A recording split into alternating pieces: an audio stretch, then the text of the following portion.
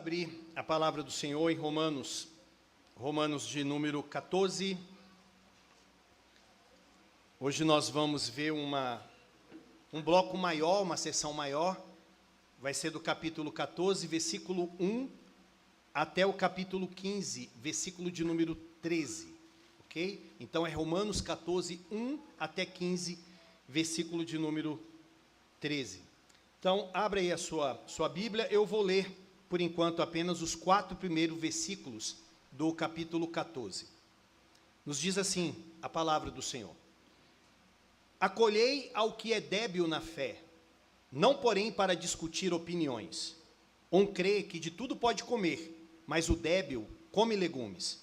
Quem come, não despreze o que não come, e o que não come, não julgue o que come, porque Deus o acolheu. Quem és tu, que julgas o servo alheio? Para o seu próprio Senhor está em pé ou cai, mas estará em pé, porque o Senhor é poderoso para o suster. Senhor amado, aqui está a tua igreja, Senhor. Eu peço, Pai, em nome de Jesus, traga-nos a iluminação, a compreensão deste texto bíblico, Senhor Deus. Precisamos entendê-lo, Pai amado, e só conseguiremos fazer isso através da graça do Teu Santo Espírito. Peço isso em nome de Jesus. Amém. Meus irmãos, infelizmente, a igreja tem demonstrado ao longo da sua história que muitas das suas divisões ocorreram não por causa de questões essenciais da fé cristã. Por exemplo, a doutrina da Trindade, a doutrina das duas naturezas de Cristo, a doutrina do Espírito, a doutrina da volta de Cristo. Essas doutrinas são essenciais, são inegociáveis. Todo crente deve crer. Você não pode ser um crente se você não crê nessas doutrinas. Mas, infelizmente, a maioria das divisões ocorreram por questões secundárias, que nós chamamos de adiáforas. E era isso que estava acontecendo aqui na igreja de Roma, que levou o apóstolo Paulo a escrever o capítulo 14 e a primeira parte do capítulo de número 15. A igreja estava se dividindo por causa de comida, por causa de bebida, por causa de alguns dias religiosos que alguns julgavam serem mais especiais do que outros. E aí Paulo escreve, então, esta carta para tratar sobre isso. Os primeiros cristãos, eles eram judeus, mas quando eles entraram na igreja e se tornaram cristãos, eles não largaram a sua bagagem cultural, a sua cosmovisão, aquilo que eles pensavam sobre comida, sobre bebida, de uma hora para outra. Ou seja, isso demorou um pouco para algumas pessoas. E isso é até normal na vida de muitas pessoas hoje em dia. Você vem com toda uma cultura, uma bagagem de cosmovisão, e você não tira assim de uma hora para outra quando você se torna cristão. Demora, é com tempo. Alguns é mais rápido, outros não. E esses judeus que se tornaram cristãos, eles tinham todo um rigor acerca de algumas comidas que eles não comiam, algumas carnes, e também sobre alguns dias. Só que a igreja, ela não era composta só de judeus, tinha também os gentios. E os gentios, eles não tinham esses mesmos escrúpulos sobre alimentação, sobre dias, como os judeus. E aí, o que acontecia então? A igreja começou a ter brigas, porque de um lado tinha aqueles irmãos que não queriam comer algumas coisas, do outro lado tinha aqueles irmãos que achavam que não tinha problema nenhum, e começaram a se dividir. Ao ponto, então, do apóstolo Paulo, ele escrever esses capítulos aqui para tratar sobre esta resolução de conflitos. Paulo vai mostrar para nós que havia 2 grupos, e os 2 grupos estavam brigando. Um grupo era chamado de débil, ou então fraco. Olhe para o capítulo 14, versículo de número 1. Paulo diz assim: acolhei ao que é débil na fé. Mas ele chama também o débil de fraco. Lá no capítulo 15, no versículo de número 1, ele diz: ora, nós que somos fortes devemos suportar as debilidades dos fracos. Então eram chamados de débil e fraco. Provavelmente, esse grupo aqui era aquele grupo de judeus que se converteram, mas que tinham esses escrúpulos acerca de algumas comidas. Eu não posso comer essas carnes. Eu não posso deixar de observar alguns dias da festa religiosa de acordo com a tradição de Moisés. Para vocês terem uma ideia, o radicalismo deles, por causa da sua consciência, era tão grande que muitos deles se tornaram vegetarianos, porque eles tinham medo de comer carne e estarem quebrando a lei de Moisés. Mas o outro grupo era chamado de fortes. E interessante que o próprio Paulo, ele se identificava como sendo um forte. Olhe para o capítulo 15. Ora, nós, Paulo está se identificando, nós que somos fortes, devemos suportar as debilidades dos fracos e não agradar-nos a nós mesmos. Então, quem eram os fortes? Os fortes também estavam incluídos entre eles judeus. Só que eram aqueles judeus e aqueles gentios que acreditavam assim: em Cristo eu sou livre. Estas coisas de não poder comer carne ou de observar algumas festas, isso era passado. Tudo isso estava relacionado à lei cerimonial, uma fé que entendia: estas coisas ficaram para trás, agora eu sou livre em Cristo Jesus. Então Paulo toma ciência disso, desses dois grupos, e toma ciência que esses dois grupos, eles estavam se atacando, estavam brigando dentro da igreja. Por quê? O fraco, quando via o forte comendo alguma coisa, dizia assim: isso é um liberal, isso aí é um libertino, isso aí não é um crente não, porque crente não faz esse tipo de coisa. E o forte via aquele irmão comendo aquelas coisas, ou melhor, brigando por causa daquilo, e dizia bem assim: esse irmão não entendeu ainda a graça de Deus. Ele não entendeu ainda que nós somos livres em Cristo Jesus. Por isso que ele age desta maneira. E, meus irmãos, percebam que nós estamos diante de um conflito dentro da igreja. E como que Paulo tratou isso? Nós vamos ver o que Paulo fez e o que nós também podemos pegar deste texto para aplicar para a nossa época. Nós vamos ver o seguinte: para que haja unidade na igreja, a unidade no evangelho, a liberdade deve ser dada nas coisas que não são essenciais. O amor deve ser demonstrado em todas as coisas, e o exemplo do nosso Senhor Jesus Cristo deve ser seguido. Esses são os 3 pontos que nós vamos ver. Primeiro, a liberdade deve ser dada nas coisas que não são essenciais. Segundo, o amor deve ser demonstrado. E terceiro, o exemplo do nosso Senhor Jesus Cristo deve ser seguido. Então, vamos para o primeiro ponto, que está aí do versículo 1 do capítulo 14 até o versículo 12. A liberdade deve ser dada nas coisas não essenciais. Paulo vai mostrar aqui o seguinte: qual era a briga desse povo? Por causa de comida, por causa de bebida, por causa de algumas festas. Há uma frase que eu não sei ao certo quem foi que escreveu, e muito menos a maioria das pessoas não sabe se é de Agostinho ou não, que diz assim: as coisas essenciais, ou nas coisas essenciais, unidade. Nas coisas que não são essenciais, liberdade. E nas demais, caridade. Então, naquilo que é essencial, que é ortodoxo, que é doutrinário, todo mundo está unido. Naquilo que não é essencial, você pode ter uma liberdade diferente da do seu irmão. E nas demais coisas, amor, que é a caridade. E eu vejo, meus irmãos, Paulo aqui, seguindo esse princípio purinho. Então, eu acredito que quem escreveu isso, na verdade, deve ter pego de Paulo. Olha como que Paulo começa o versículo 1. Acolhei ao que é débil na fé. Ele está falando para quem? Ele está falando para o forte. Ele está falando para aquele que entendia assim: eu sou livre em Cristo, eu posso comer qualquer coisa, eu posso fazer essas coisas porque não é pecado. Mas Paulo está dizendo: olha, acolha ao que é débil na fé, acolha o que é fraco. Não tire ele da igreja, não fique debatendo com ele, mas acolha. E o que é acolher? Acolher é você trazer para o seu lado alguém, não com desprezo, mas com o intuito de instruir e de encorajar aquela pessoa. Paulo estava dizendo para aquele irmão forte da igreja o seguinte: receba esta pessoa como se você estivesse recebendo ele na sua própria casa. Ou seja, faça com que essa pessoa se sinta bem-vinda dentro da igreja.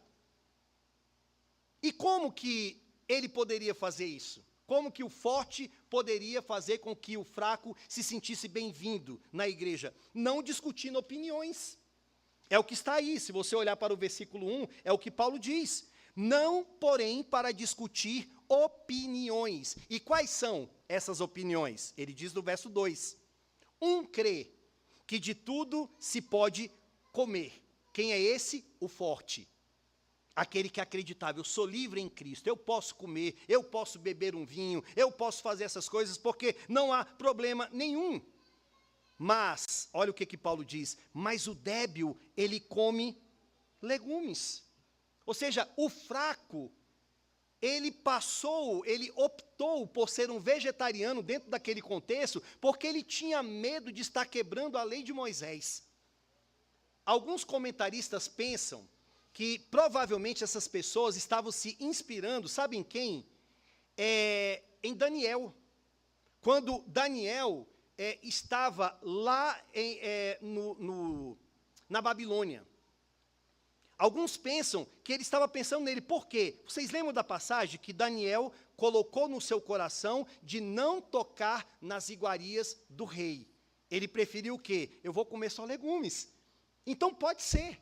Pode ser que esses irmãos aqui também, eles optaram por isso. Olha, eu não quero quebrar a lei de Deus, então eu só vou comer vegetais. Mas, irmãos, qual que é a ordem ou a orientação de Paulo para os fortes? Acolham esses irmãos, mesmo que eles pensem assim. Sabe o que eu aprendo aqui, gente? Nós temos, infelizmente, assim, uma ideia de que a gente tem que corrigir todo mundo. A primeira coisa que a gente quer fazer, a gente quer logo corrigir a pessoa. A gente quer logo que a pessoa fique do jeito que a gente quer, como a gente pensa, mesmo que seja coisas secundárias. E, na verdade, o que a gente está aprendendo aqui é que antes da gente tentar endireitar aquela pessoa, a gente tem que acolher, a gente tem que respeitar, a gente tem que amar, a gente tem que entender aonde que aquela pessoa está dentro da sua cosmovisão. E se aquilo é essencial ou não. Agora, vejam no versículo 3, que Paulo ele vai mostrando o problema agora para nós, como que a igreja estava, esses dois grupos. Quem come, não despreze o que não come. E o que não come, não julgue o que come. Então, o que estava acontecendo é que o fraco ficava julgando o forte. E o forte ficava desprezando o fraco. E ambos estavam sendo incoerentes. E Paulo responde isso no versículo 3.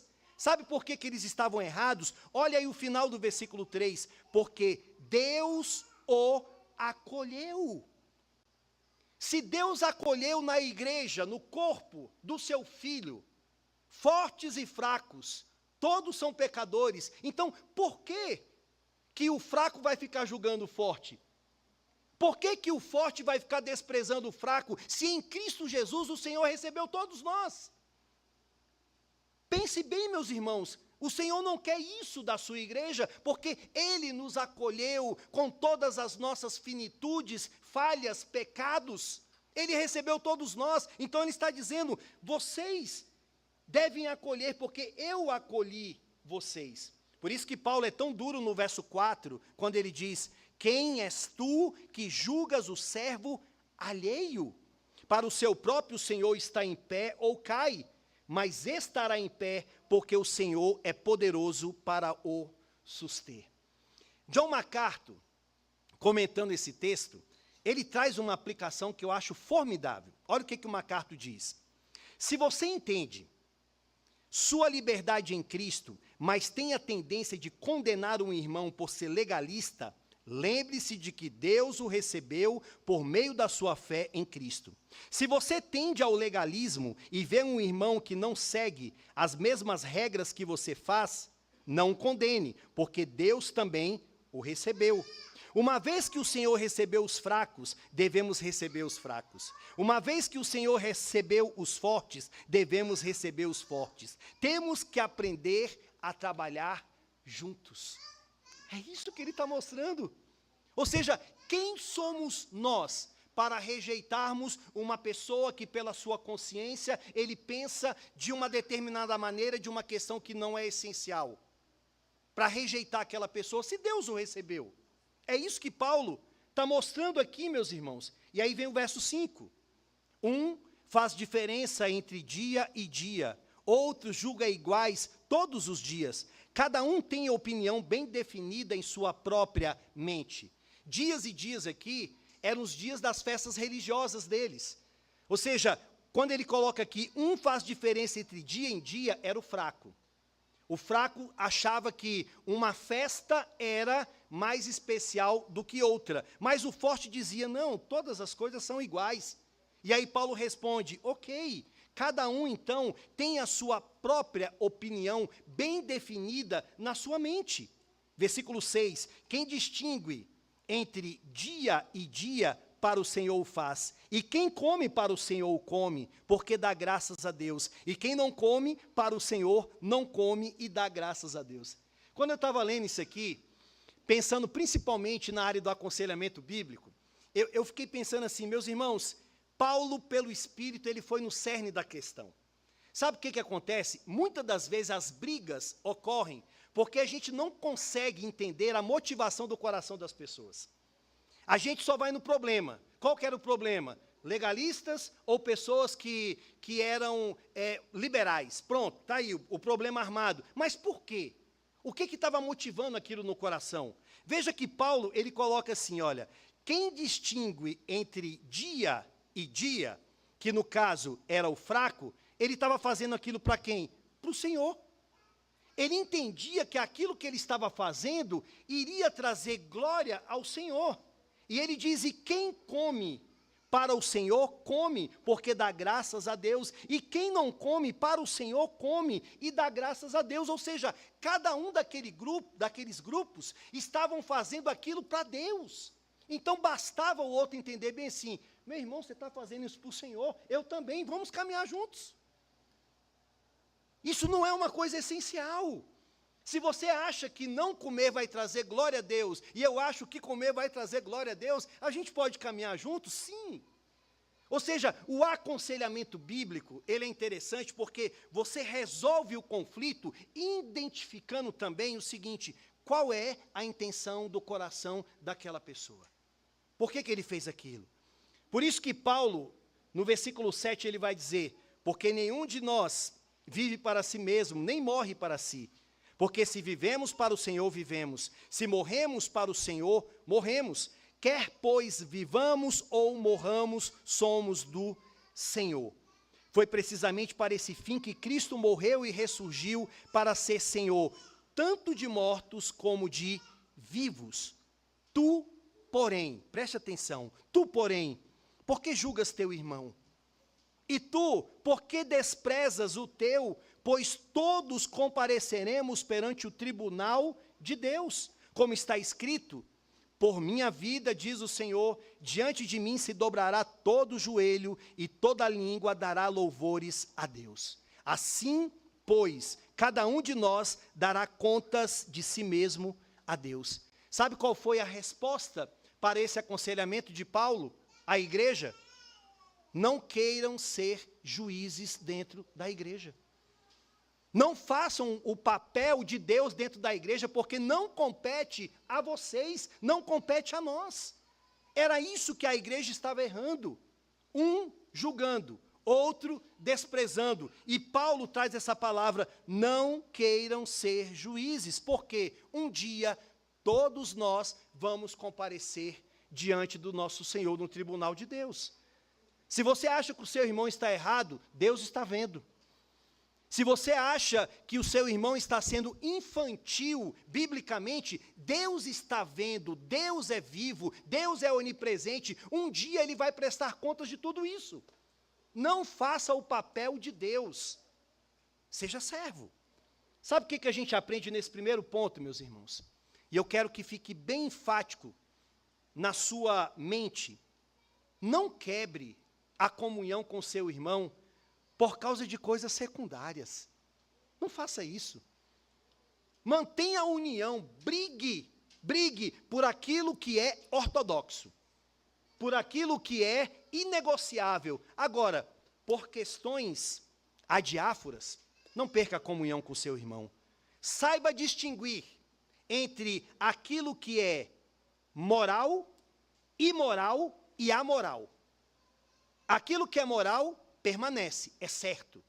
Aquilo que é imoral, rejeite. Agora, aquilo que é amoral, ou seja, aquilo que é neutro, que a gente não sabe bem, a Bíblia não proíbe essas coisas.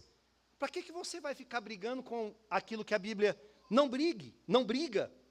Então, esse é o primeiro ponto. O primeiro ponto é, nas coisas que são essenciais, unidade. Naquilo que não é essencial, liberdade. Agora, o segundo ponto, meus irmãos, é que diante desta crise, olha como que Paulo, isso aqui dava um livro só isso aqui, ou seja, escrevendo outras coisas ainda, Paulo vai dizer o seguinte: o amor deve ser demonstrado. Então, diante dessa situação, nós temos o quê? A liberdade. Mas diante dessa situação de fortes e de fracos, nós temos também o amor. O amor deve prevalecer. E agora aqui, no capítulo 14, versículo 13, Paulo vai falar mais especificamente para o forte. Aquele que achava bem assim, eu sou livre em Cristo, está certo. Eu posso tomar um vinho, eu posso comer uma carne, eu posso tomar uma cerveja, eu posso fazer isso. Em Cristo Jesus eu tenho essa liberdade para fazer isso. A Bíblia não proíbe, mas a orientação de Paulo é: cuidado, para que esta liberdade não seja uma pedra de tropeço na vida do seu irmão. Cuidado para que a liberdade que você tem em Cristo Jesus, ó forte, não faça o seu irmão desviar dos caminhos do Senhor. Não é perder a salvação, mas não traga ali um problema espiritual para aquela pessoa. É isso que Paulo vai mostrar aqui. Olhe para o versículo 13. Não nos julguemos mais uns aos outros. Então ele está falando para os dois. Por quê? Porque Deus é o juiz. Ele falou isso no capítulo 14, no finalzinho do versículo de número 12. Aí ele diz, pelo contrário, ou seja, você não vai julgar mais uns aos outros. Pelo contrário, o que você deve fazer? Tomai o propósito de não pordes tropeço ou escândalo ao vosso irmão. Então, ao invés de você julgar, o que você deve fazer? Coloque um propósito na sua mente, de você não ser uma pedra de tropeço ou escândalo na vida do seu irmão. Sabe o que é isso? Pedra de tropeço ou escândalo? É você, pelo seu exemplo, pela sua conduta, você fazer um irmão se afastar da comunhão. Pela uma liberdade que você tem. Vejam, olha a mentalidade de Paulo, irmãos. Quero que vocês entendam. Olha o versículo 14. Lembra que Paulo falou que ele era um forte. Olha o que ele diz. Eu sei e estou persuadido no Senhor Jesus de que nenhuma coisa em si mesma é impura. Dentro do contexto da igreja de Roma, dentro do contexto da igreja de Corinto, que nós fizemos a leitura hoje, de 1 Coríntios 8, tinha alguns irmãos que não comiam carnes, porque aquelas carnes, elas eram oferecidas aos ídolos nos templos locais, e depois eram vendidas nos açougues. Aí um irmão falava bem assim, eu não vou comer essa carne. É igual hoje você falar bem assim, lá em setembro, passa o pessoal distribuindo balinhas de Cosme e Damião. Você pega aquela balinha? Você come aquela balinha? Você vai associar aquela balinha, aqueles doces, com o contexto da Umbanda, com o candomblé? Ou você vai entender bem assim, gente, é balinha, balinha é balinha. Eu vou chupar essa balinha aqui, o máximo que vai acontecer é aumentar a minha diabetes, alguma coisa assim, mas é balinha. Só que, vejam, gente, tanto naquela época quanto agora, tem as pessoas que pensavam assim, não tem problema. Mas olha o que Paulo fala aí no versículo de número 14. Eu sei e estou persuadido no Senhor Jesus de que nenhuma coisa de si mesma é impura, salvo para aquele que assim a considera. Para esse é impura. Ou seja, ele está dizendo que tem pessoas que pensam diferente. Tem pessoas que, se ficar sabendo que o seu filho dançou, lá no contexto, lá do Piauí, que ele dançou na quadrilha de São João, meu irmão, acabou você como crente para ele. Tem gente que, se ficar sabendo que você tomou um vinho, alguma coisa, fala, não é crente não. Não sei não. Esse aí está meio confuso. Agora, olha o que Paulo fala no versículo de número 15. Está falando por forte. Se por causa de comida o teu irmão se entristece, já não andas segundo o amor fraternal. Por causa da tua comida, não faças perecer. Perecer não é perder a salvação, mas é trazer um dano espiritual àquela pessoa. Não faça perecer aquele a favor de quem Cristo morreu. A questão é muito sensível. A questão é o seguinte, eu tenho liberdade, sim, mas eu tenho que tomar cuidado, porque nem todos têm esse mesmo pensamento. E eu não posso, por causa de comida, eu não posso, por causa da bebida, eu não posso, por causa de uma liberdade que eu tenho, fazer o meu irmão se enfraquecer, porque Cristo que morreu por ele. Por isso que lá embaixo, mais à frente, Paulo vai dizer que o reino de Deus não é comida, não é bebida, mas é alegria, é o poder do Espírito Santo. Meus irmãos, para a gente entender uma coisa aqui, para que fique claro, a igreja, ela não pode também nivelar a sua conduta pelo fraco. O fraco tem que ser ensinado. O fraco tem que aprender. Por isso que a igreja tem que ter um púlpito que ensine a palavra de Deus, que ensine que o limite para a nossa vida, os limites, está aqui. Por exemplo, vamos supor, eu vou dar um exemplo aqui. Uma pessoa teve problema com bebida. De repente foi um alcoólatra. Ou não, mas estava bem inclinado para aquilo ali. Eu o convido para jantar ou para almoçar. E aí eu pego e peço uma taça de vinho, junto com o jantar, ou então eu peço uma cerveja. E aquele irmão que está comigo, que teve aquele problema, ele fica sem graça, ele quer se enturmar ali, aí ele pede a mesma coisa. Na hora que ele toma aquele golezinho, a consciência dele acusa. E a partir daquilo ali, ele começa a se afastar, porque nem todos têm o mesmo controle. Aí de um golezinho, daqui a pouco ele começa a beber mais, começa a beber mais, começa a beber mais. Eu fui uma pedra de tropeço e escândalo na vida daquele jovem. Então, a pergunta seria a seguinte, então, por causa disso, eu tenho que me tornar um abstêmio? Eu tenho que parar de beber? Não necessariamente.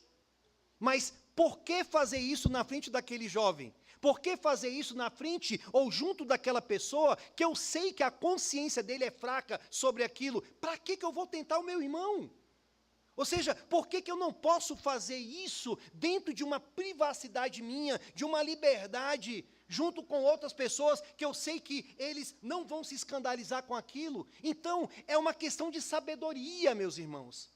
A Bíblia não proíbe, mas não queira usar a sua liberdade para enfraquecer aquele que Cristo morreu por ele. É isso que Paulo vai mostrar, por exemplo, olha aí o versículo 20. Não destruas a obra de Deus por causa da comida. Você poderia colocar assim também, não destrua por causa da bebida. Não destrua por causa da sua liberdade. Olha o verso 21. É bom não comer carne, nem beber vinho, naquele contexto, nem fazer qualquer outra coisa com que teu irmão venha a tropeçar, ou se ofender, ou se enfraquecer. Então, carne e vinho, lá naquele contexto, quando pudesse ofender ao irmão, deveria ser evitados. Mas em outros contextos, não. Espero que fique bem claro para vocês a instrução bíblica. Você tem liberdade, mas cuidado para essa liberdade não ofender ao seu irmão. O terceiro ponto, meus irmãos, eu vou avançar já para o terceiro, ou melhor, antes de eu avançar para o terceiro, deixa eu só trazer mais uma aplicação aqui para nós, sobre esse ponto do amor. Muitos de nós, reformados, somos muito bons na ortodoxia, na doutrina correta, na exatidão da teologia bíblica, da teologia sistemática, da teologia filosófica. Muitos dão aulas, são reconhecidos por serem eruditos no conhecimento, mas são fracos na parte da ortopraxia, que é a ética, que é a vida cristã. As duas coisas têm que caminhar juntas. Tem que caminhar junto uma ortodoxia e uma ortopraxia, o conhecimento bíblico, mas uma vida santa. Uma vida que, se for possível, eu abro mão, como Paulo disse lá em 1 Coríntios 8. Se a carne escandaliza o meu irmão, eu vou deixar de comer carne? Para que eu vou ficar comendo carne perto dele? Estão entendendo, né, gente? Não é carne hoje não, tá? Hoje vocês podem ficar tranquilos. Era a carne naquele contexto sacrificada a ídolos. Então, primeiro ponto, para essa resolução de conflitos, liberdade naquilo que não é essencial.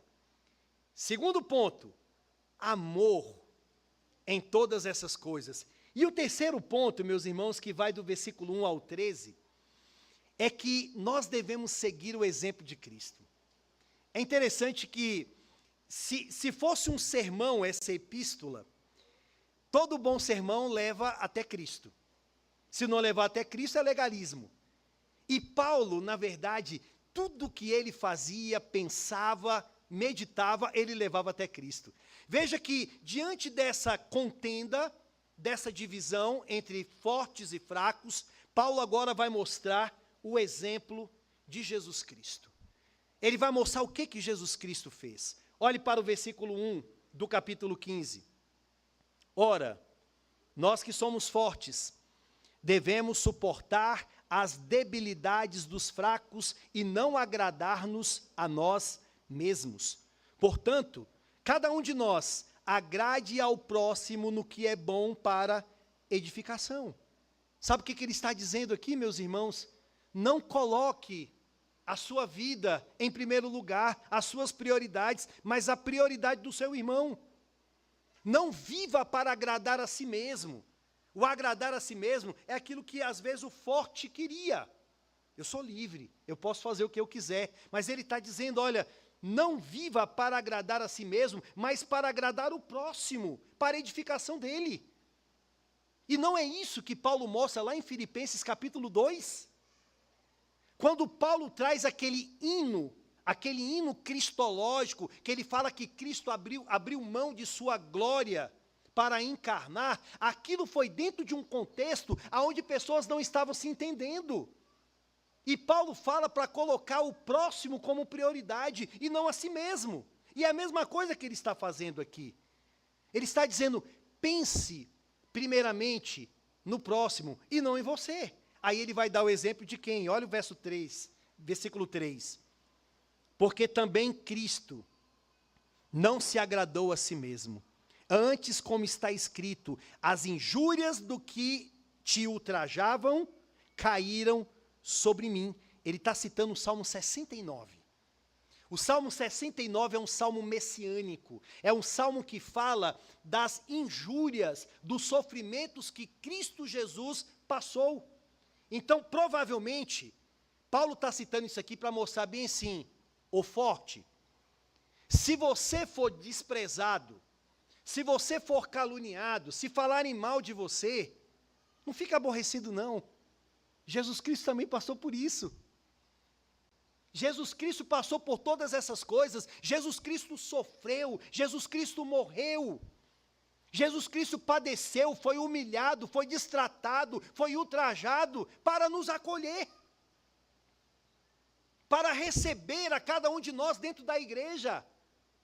Ou seja, a ideia central aqui é a seguinte: parem de julgar uns aos outros, acolham uns aos outros, porque Cristo acolheu cada um de vocês na igreja. Meus irmãos, a nossa régua ela é muito errada. Nós deveríamos olhar ontologicamente para a obra de Cristo, para que isso então servisse como parâmetro para as nossas atitudes uns com os outros. Para que eu vou ficar me separando da minha irmã se Cristo me acolheu? Para que eu vou ficar desprezando o meu irmão se Cristo não me desprezou? É isso que ele vai mostrar aqui, meus amados irmãos. Por isso que ele diz, no versículo de número 5, ora, o Deus da paciência e da consolação vos conceda o mesmo sentir de uns para com os outros, segundo Cristo Jesus, para que concordemente e a uma voz glorifiqueis ao Deus e Pai de nosso Senhor Jesus Cristo. Versículo 7, portanto, olha o portanto, acolhei-vos uns aos outros, como também Cristo nos acolheu para a glória de Deus. Acolham uns aos outros. Ah, mas aquele irmão ainda não tem uma fé muito madura. Acolha. Isso é essencial? Não. Instrua. Espere. Ore. E por fim, meus amados irmãos, veja lá no finalzinho, no versículo de número 13, porque todo esse capítulo, na verdade, ele vai falar desta obra do nosso Senhor. E o Deus da esperança vos enche de todo gozo e paz no vosso crer, para que sejais ricos de esperança no poder do Espírito Santo. Conclusão: como Paulo resolveu o conflito? Mostrando, deve haver na igreja liberdade em coisas que não são essenciais. Amor da parte daqueles que são fortes. E seguirmos o exemplo de Cristo Jesus. Cristo nos acolheu. Cristo nos amou. Cristo manda você acolher o seu irmão. Amém, amada igreja? É um texto bem complexo, é um texto, mas também pedagogicamente tem muita coisa que nós podemos aprender. Aos fortes, esperem, sejam pacientes. Aos fracos, aqueles que ainda têm alguns escrúpulos em relação a algumas coisas, aprenda também, ouça a palavra. Por isso que é bom ter um púlpito fiel às Sagradas Escrituras, porque o forte e o fraco ouve e segue o exemplo de Cristo Jesus, o nosso Senhor. Feche seus olhos, vamos orar. Senhor Deus, obrigado, Pai amado, por esta orientação do apóstolo Paulo à igreja de Roma e também esta orientação dada pelo Senhor por intermédio de mim, Pai, como um instrumento ao teu povo nesta noite. Que possamos crescer, Senhor Deus, desse entendimento de que a unidade da igreja se dá pelo Evangelho, Senhor Deus. Cristo morreu por nós, Cristo nos acolheu, nós também devemos acolher todos aqueles que chegam na igreja e instruir todos eles para a glória do Senhor. Pai, abençoe esta congregação, Senhor Deus, que possamos crescer mais e mais à semelhança de Cristo Jesus, o nosso Senhor. Esta é a oração que faço no nome de Cristo Jesus. Amém.